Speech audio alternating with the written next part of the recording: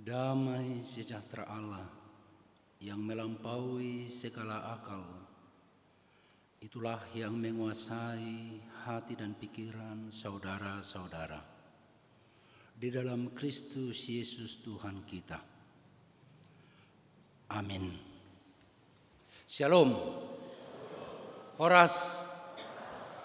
Saya akan membacakan firman Tuhan bagi kita yang tertulis dalam kitab Wahyu pasal yang ke-21 ayat 1 sampai ayat yang ke-4. Lalu aku melihat langit yang baru dan bumi yang baru. Sebab langit yang pertama dan bumi yang pertama telah berlalu, dan laut pun tidak ada lagi. Dan aku melihat kota yang kudus, Yerusalem yang baru, turun dari sorga, dari Allah, yang berhias bagaikan pengantin perempuan yang berdandan untuk suaminya. Lalu aku mendengar suara yang nyaring dari tahta itu berkata, "Lihatlah, kemah Allah ada di tengah-tengah manusia, dan ia akan diam bersama-sama dengan mereka. Mereka akan menjadi umatnya, dan ia akan menjadi Allah mereka. Dan ia akan menghapus segala air mata dari mata mereka, dan maut tidak akan ada lagi. Tidak akan ada lagi perkabungan atau ratap tangis atau duka cita, sebab segala sesuatu yang lama itu telah berlalu." Demikian pembacaan firman Tuhan.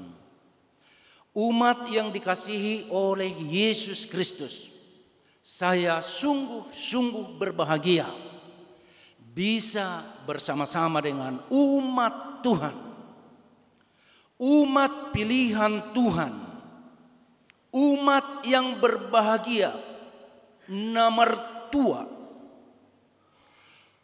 tua doha musude amanginang remaja na pasobulung doda danak, orang-orang yang berbahagia, orang-orang yang telah diselamatkan oleh Tuhan untuk memperoleh penghapusan dosa, keselamatan, dan hidup yang kekal. Orang-orang yang telah dipilih dan dikuduskan dengan darah anak domba yang kudus yang tak bercela itu, demi memperoleh upah yang terbaik, upah yang tertinggi yang dimungkinkan bagi umat ciptaan. Jadi akka jolma nomor tua rohita sude akka amang dotinang nati nobus marhite mudarni tuhatta Yesus Kristus.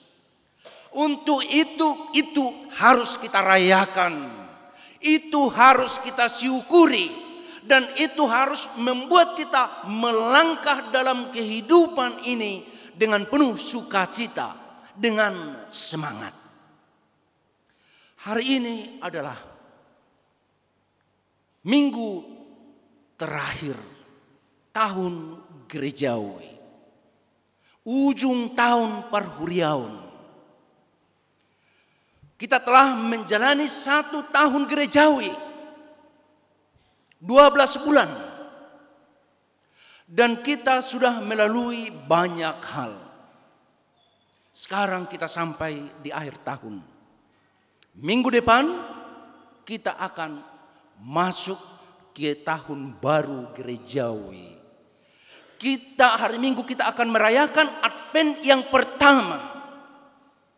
Dan di akhir tahun gerejawi ini, karena ini adalah 1 tahun yang sangat penting, sebelum kita melangkah ke depan, melangkah untuk menjalani kehidupan kita di tahun baru gerejawi, dan juga mengikuti melaksanakan pelayanan kita, kita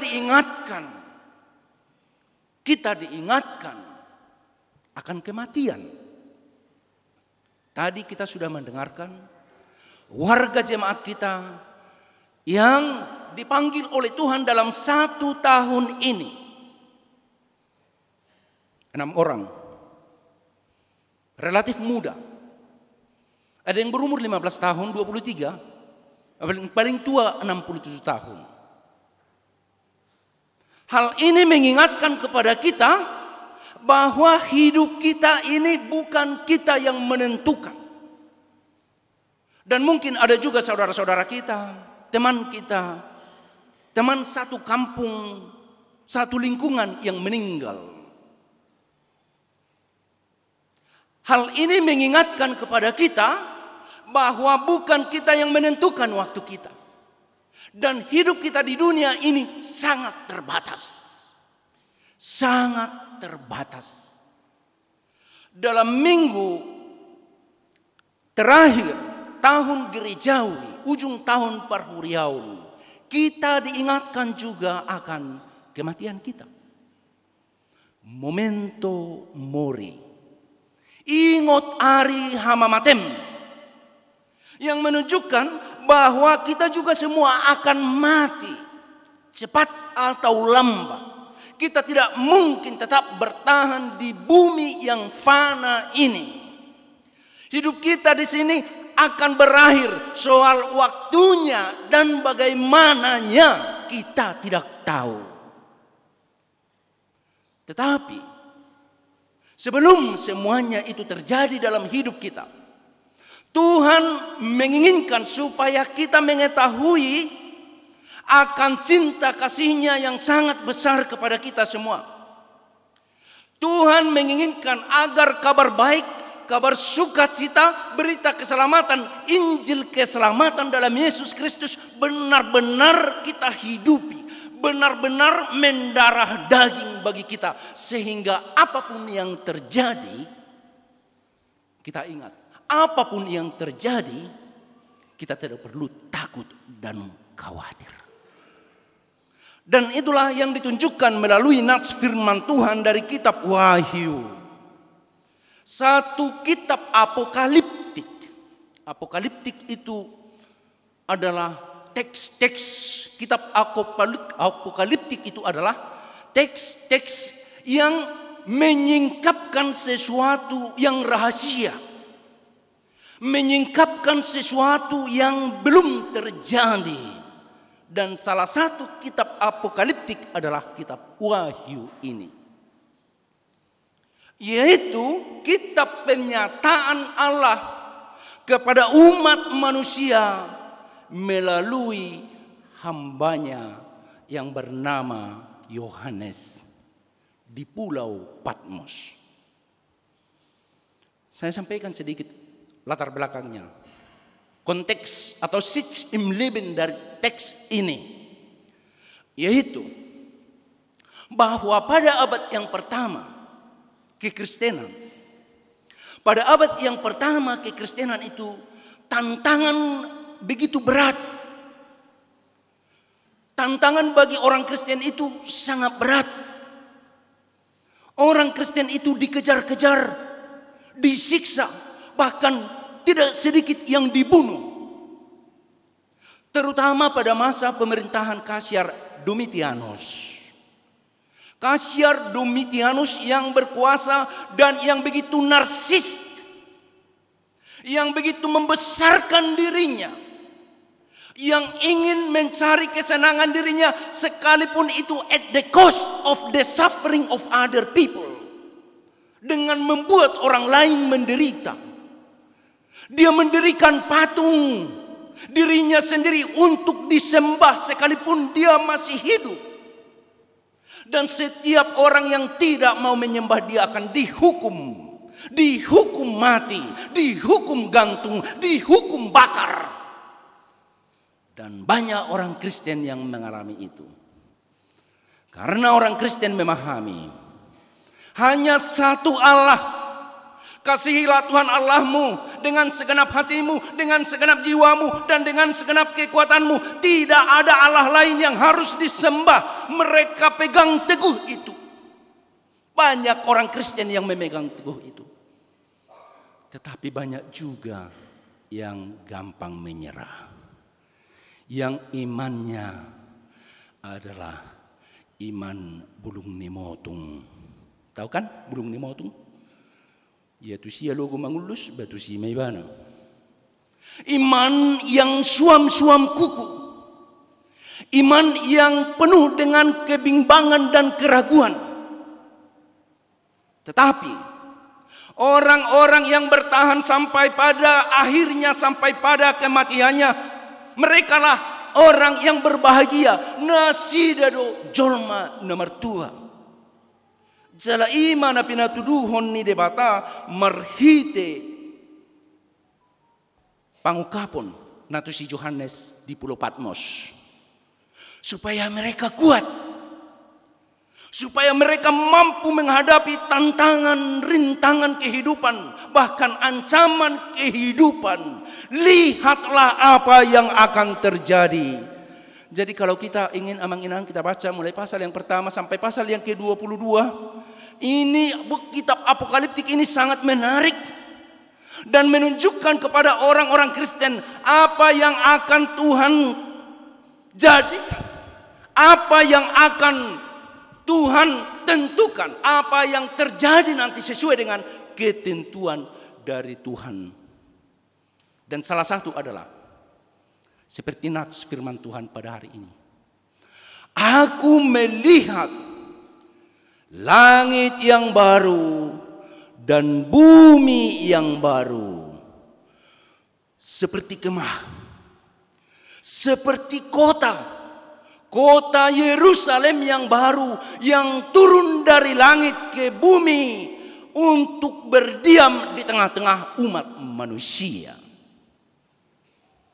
Langit yang baru dan bumi yang baru. Karena langit yang lama telah berlalu dan bumi yang lama telah berlalu. Sekarang langit yang baru dan bumi yang baru berada turun dari langit. Itu adalah seperti kota Yerusalem yang baru. Kalau kita baca di ayat-ayat yang berikutnya, diuraikan di situ berapa pintunya, diuraikan di situ apa yang terjadi di setiap bagian-bagian dari gambaran kota yang baru itu. Sangat indah. Sangat indah. Sangat indah, bahkan keindahannya dilukiskan dengan kehadiran seorang orowan, seorang pengantin yang akan menemui calon suaminya.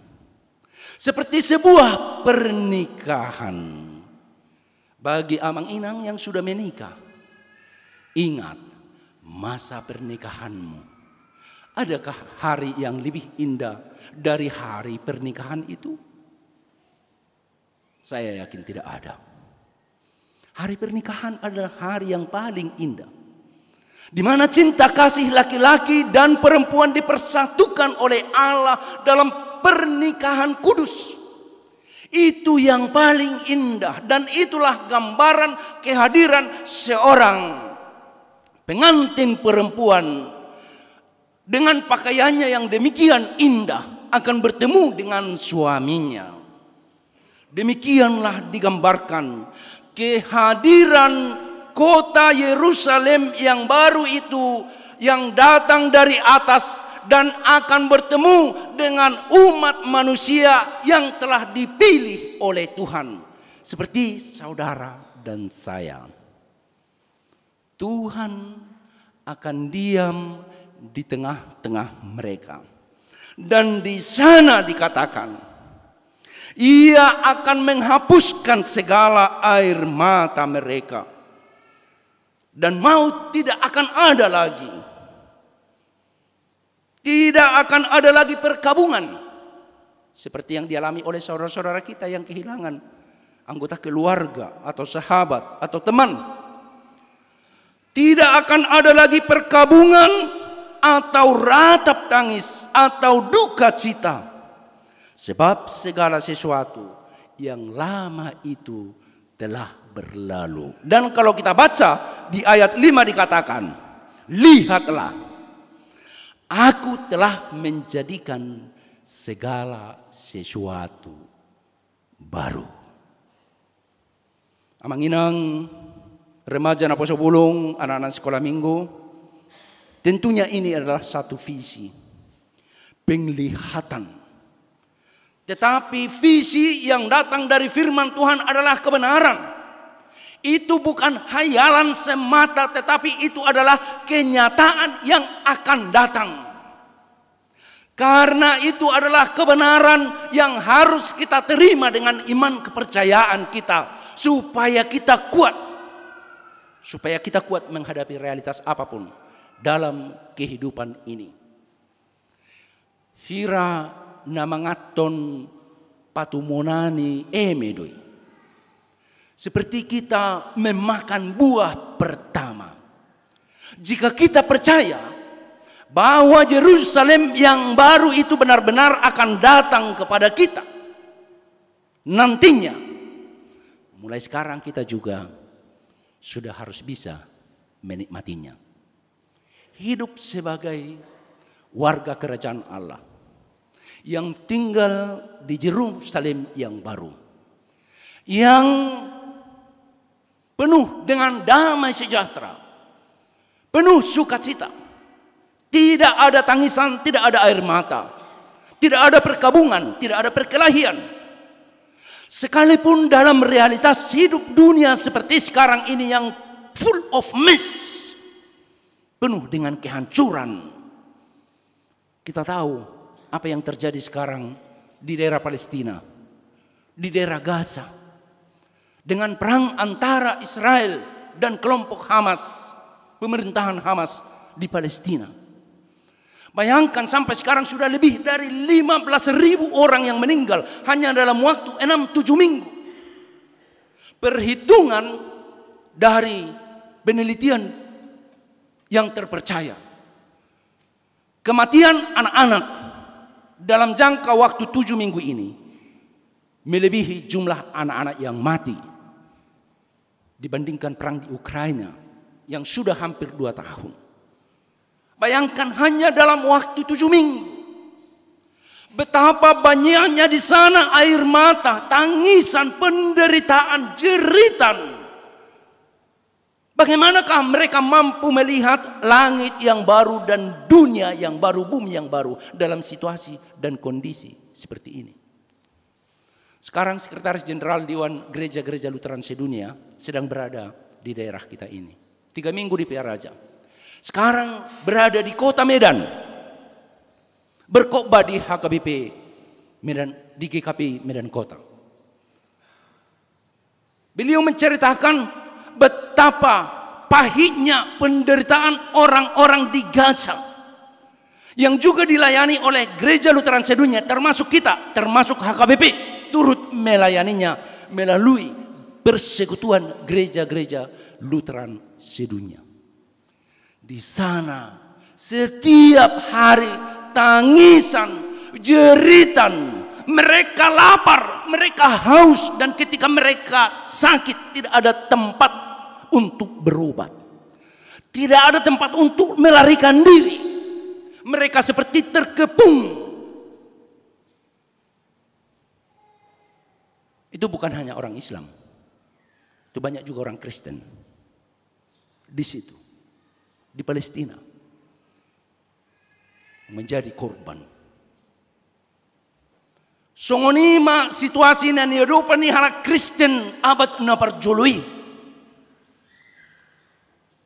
Alai pemberitaan dari apokaliptik kitab Wahyu ini menyatakan, kuatlah. Kuatlah. Kamu akan mendapatkan langit yang baru dan bumi yang baru. Kita juga semua amanginang, remaja naposo bulung, anak-anak, termasuk juga dalam kehidupan personal kita kan banyak juga penderitaan. Sakit, kemiskinan, relasi yang kurang baik, pertemanan yang kurang kompak, yang membuat hidup ini like a hell, seperti neraka. Seperti neraka. Tetapi ingatlah, dengan firman Tuhan hari ini, hidup kita bisa ditransformasikan menjadi seperti surga.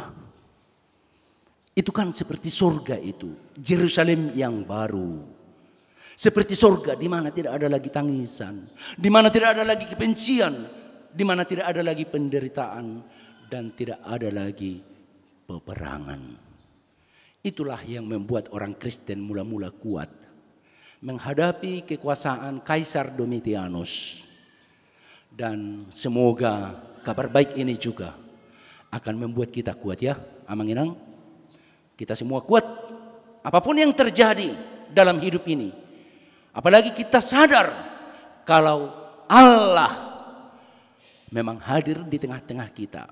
Kemah Allah itu hadir di tengah-tengah kita. Sehingga rasa sakit, tantangan, kesulitan yang kita hadapi dalam hidup ini sepertinya tidak ada apa-apanya. Karena kita sudah memiliki Yerusalem yang baru. Nikmatilah itu mulai sekarang ya. Tuhan memberkati. Amin, kita berdoa. Terima kasih ya Tuhan atas kebenaran firman-Mu, di mana langit yang baru dan bumi yang baru Engkau nyatakan melalui wahyu kepada hamba-Mu Yohanes, yang adalah kebenaran tentang apa yang akan terjadi bagi orang-orang percaya yang setia hingga akhir hidupnya, percaya tanpa bimbang dan ragu. Berkatilah jemaat-Mu HKBP Gedung Johor Resort Medan Johor ini. Berkati semua warga jemaat, berkati semua para perhalado dan hamba-hamba Tuhan yang dipimpin oleh hamba-Mu Amang Pendeta Doli Gultom. Dimuliakanlah nama-Mu ya Tuhan, dan hiburkan secara khusus saudara-saudara kami yang anggota keluarga mereka telah Engkau panggil ke sisi-Mu dalam tahun ini. Terima kasih ya Tuhan, dimuliakanlah nama-Mu. Dalam Kristus Yesus kami berdoa dan mengucap syukur. Amin.